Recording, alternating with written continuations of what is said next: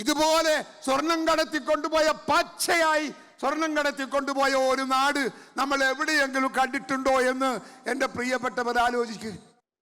ഞാനിവിടെ കയറി വരുമ്പോൾ സത്യത്തിൽ വിസ്മയിച്ചാണ് നിങ്ങളെ ഞാൻ നോക്കിക്കണ്ടത്.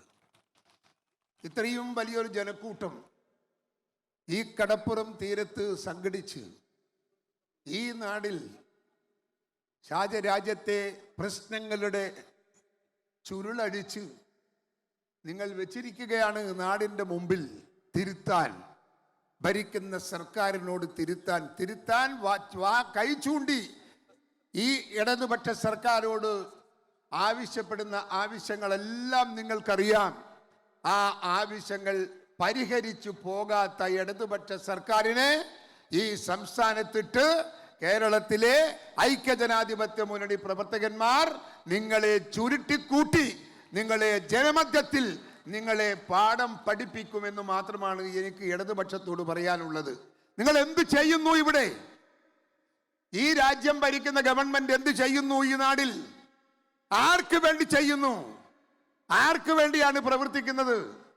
എന്തെങ്കിലും ചെയ്തോ? പാവപ്പെട്ടവർക്ക്, അധ്വാനിക്കുന്നവർക്ക്, കഷ്ടപ്പെടുന്നവർക്ക്, ഭാരം ചുമക്കുന്നവർക്ക് എന്തു ചെയ്തു ഈ സർക്കാർ എന്ന് ആണത്തമുണ്ടെങ്കിൽ ഈ നാടോട് വിളിച്ചു പറയണം.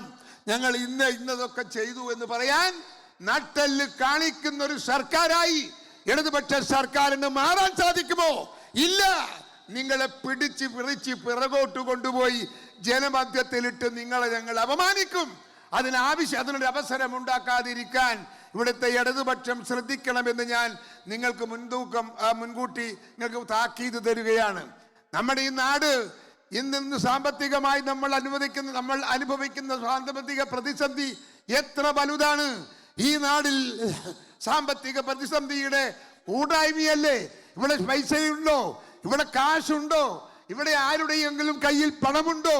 ആ പണമില്ലാത്ത, പൈസയില്ലാത്ത, കാശില്ലാത്ത ഒരു ജനസഞ്ചയം കേരളത്തിലെ സർക്കാരിന്റെ മുമ്പിൽ അടിമകളെ പോലെ നിൽക്കേണ്ടി വന്നാൽ ആ അടിമകൾ ഒരു ദിവസം പൊട്ടിത്തെറിക്കും. ആ പൊട്ടിത്തെറിക്കലിൽ നിങ്ങളുടെ ഗവൺമെന്റും നിങ്ങളുടെ അനുയായികളും ഈ നാടിൽ നിന്ന് കടന്നു പോകേണ്ടി വരുമെന്ന് ഇടതുപക്ഷ സർക്കാരിനെ ഞാൻ ഓർമ്മിപ്പിക്കുന്നു. ഞാൻ അവരോട് ആവശ്യപ്പെടുകയാണ്. നിങ്ങൾ ചിന്തിക്കണം, നിങ്ങൾ മാറണം, നിങ്ങൾ മാറ്റണം, നിങ്ങൾ തിരുത്തണം. നിങ്ങൾ തിരുത്തി ഈ നാടിൻ്റെ പഴയ കരുത്ത് തിരികെ കൊണ്ടുവരാൻ എൻ്റെ പ്രിയമുള്ള ഇടതുപക്ഷ സർക്കാരിന് സാധിക്കണമെന്ന് ഞാൻ സ്നേഹത്തോടെ ആവശ്യപ്പെടുകയാണ്. ഈ നാടിൽ കള്ളത്തരം മാത്രമാണ്, കൊള്ളയാണ്, സ്വർണ്ണക്കടത്താണ്.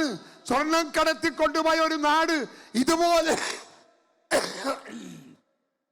ഇതുപോലെ സ്വർണം കടത്തിക്കൊണ്ടുപോയ, പച്ചയായി സ്വർണം കടത്തിക്കൊണ്ടുപോയ ഒരു നാട് നമ്മൾ എവിടെയെങ്കിലും കണ്ടിട്ടുണ്ടോ എന്ന് എൻ്റെ പ്രിയപ്പെട്ടവർ ആലോചിക്കുക.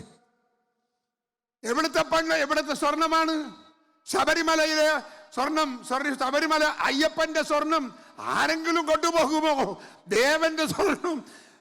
ദേവന്റെ സ്വർണം കൊണ്ടുപോയ നാടാ നമ്മുടെ നാട്. എന്നിട്ട് ഈ നാടിലെ ജനങ്ങൾ, ഈ രാജ്യത്തെ ജനങ്ങൾ ഈ സർക്കാരിനെ നിങ്ങളെ നോക്കി പഞ്ചപുച്ഛമടക്കി നിൽക്കുന്നു എന്ന് നിങ്ങൾ ധരിക്കരുത്. ഞങ്ങൾ പൊട്ടിത്തെറിക്കും, നാട് പൊട്ടിത്തെറിക്കും, ജനം പൊട്ടിത്തെറിക്കും.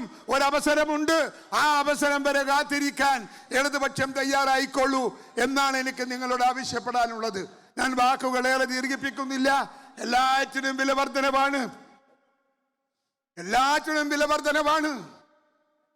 ഈ നാട്ടിൽ ഏതിനാ വിലവർദ്ധനവില്ലാത്തത്? എല്ലാം വിലവർദ്ധനവ് സഹിച്ചുകൊണ്ട് നാട്ടിലെ ജനങ്ങൾ ജീവിക്കുന്നത്. നിങ്ങൾക്ക് താക്കീത് നൽകുകയാണ്. നിങ്ങൾ അധിക സമയം കാത്തിരുന്നാൽ നിങ്ങളെ പിടിച്ച് പുറത്ത് തള്ളി ഈ ഭരണത്തിൽ നിന്ന് നിങ്ങളെ പുറത്തേക്ക് ചവിട്ടി പുറത്താക്കും എന്ന് ഇടതുപക്ഷത്തോട് ഞാൻ ആവശ്യപ്പെടുകയാണ്, ഞാൻ ഓർമ്മപ്പെടുത്തുകയാണ്. നാട്ടിലെ ജനങ്ങളുടെ വിചാരങ്ങൾ ഉൾക്കൊള്ളാൻ സാധിക്കാത്ത ഒരു ഭരണകൂടത്തിന് ഭരിക്കാൻ അവകാശമില്ല. പാവപ്പെട്ടവന്റെ പ്രശ്നങ്ങൾ പരിഹരിക്കാൻ സാധിക്കാത്ത ഒരു സർക്കാരിന് ഭരിക്കാൻ അവകാശമില്ല. ഇടതുപക്ഷ സർക്കാരിന് കേരളം ഭരിക്കാൻ അവകാശമില്ല. അവകാശമില്ലാത്ത നിങ്ങൾ ഈ നാട് ഭരിക്കാൻ പുറപ്പെട്ടാൽ സാധാരണക്കാരന്റെ കൈകൊണ്ട് നിങ്ങൾ വാങ്ങേണ്ടി വരും എന്ന് ഞാൻ ഓർമ്മിപ്പിക്കുകയാണ്. ഇവിടെ നമുക്ക് ഒരുപാട് കാര്യങ്ങൾ ചെയ്തു തീർക്കാനുണ്ട്. സാധാരണക്കാരായ നിങ്ങൾക്ക് ഒരുപാട് കാര്യങ്ങൾ ചെയ്തു തീർക്കാനുണ്ട്. പട്ടിണിക്കാരന്റെ പ്രശ്നങ്ങൾ തീർക്കണം, പാവപ്പെട്ടവന്റെ പ്രശ്നങ്ങൾ തീർക്കണം, അധ്വാനിക്കുന്നവന്റെ പ്രശ്നങ്ങൾ തീർക്കണം. അതെല്ലാം തീർക്കാൻ സാധിക്കേണ്ടുന്ന ഒരു നാടായി നമ്മുടെ നാട് മാറിയിട്ടുണ്ട്.